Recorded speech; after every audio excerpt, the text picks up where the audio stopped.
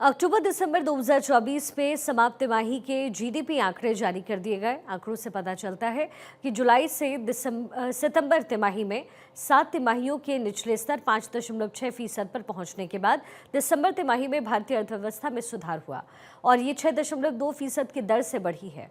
हालांकि विदेशी निवेशकों की बिकवाली और टैरिफ का जो खौफ है वो भारतीय शेयर निवेशकों को जरूर तकलीफ इस समय दे रहा है। एक रिपोर्ट आपको दिखाते हैं।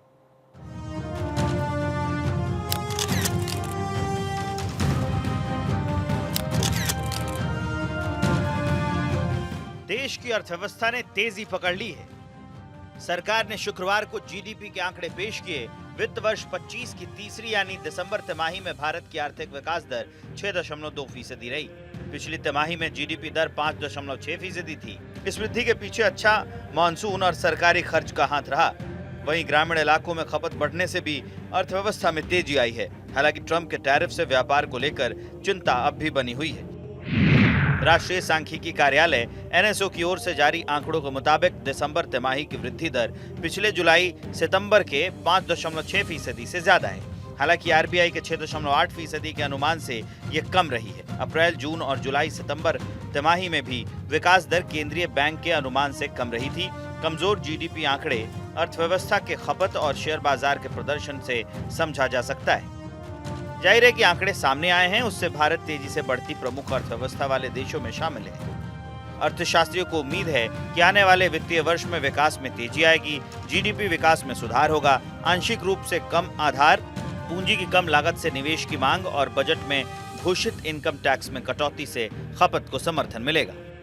इसके मायने काफी अच्छे हैं। जैसा आपने बताया, इस तिमाही के जो आंकड़े आए हैं अक्टूबर दिसंबर तिमाही के, वो 6.2% बताते हैं। तो ये अगर आप पिछली तिमाही से तुलना करें तो जो 5.4% था उससे काफी बेहतर है।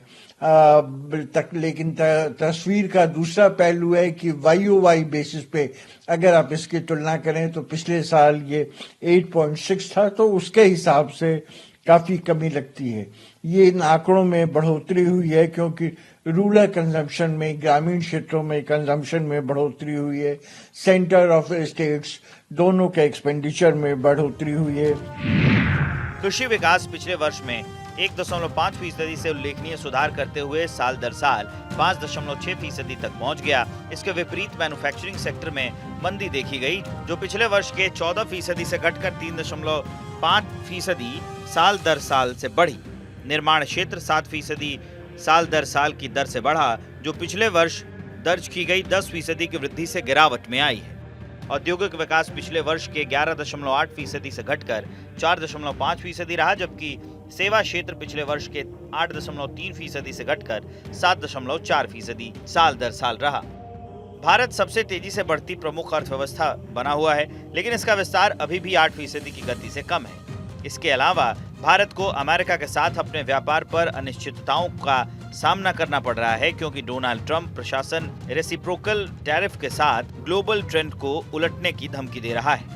डोनाल्ड ट्रंप साहब की ये जो टैरिफाइंग पॉलिसी, हालांकि टेरिफाइड होता है अंग्रेजी में डरने को, पर मैं उसको टैरिफाइड बोलता हूँ। जो उन्होंने टैरिफ पर टैरिफ लगाने की घोषणा कर रही है, ये टैरिफ लगने की वजह से मेरा ऐसा अनुमान है कि अमेरिका में महंगाई बढ़ेगी। महंगाई बढ़ने से फेड के जो रेट्स हैं, जिसके कम होने की उम्मीद मार्केट हमेशा लगा के बैठी होती है, वो रेट्स भी कम नहीं होंगे और महंगाई बढ़ने से जो हाहाकार पीछे मचा था, वो हाहाकार दोबारा होने की उम्मीद है। इसको लेके मार्केट्स, इन्वेस्टर्स, ट्रेडर्स दुनिया भर में परेशान हैं। जीडीपी के आंकड़े में बेशक सुधार हो रहा है, लेकिन विदेशी निवेशकों में भारतीय बाजार के लिए अनिश्चितता और ट्रंप की टैरिफ का डर लगातार भारतीय शेयर बाजार पर सेलिंग प्रेशर लेकर आ रहा है। Bureau report, Bharat 24।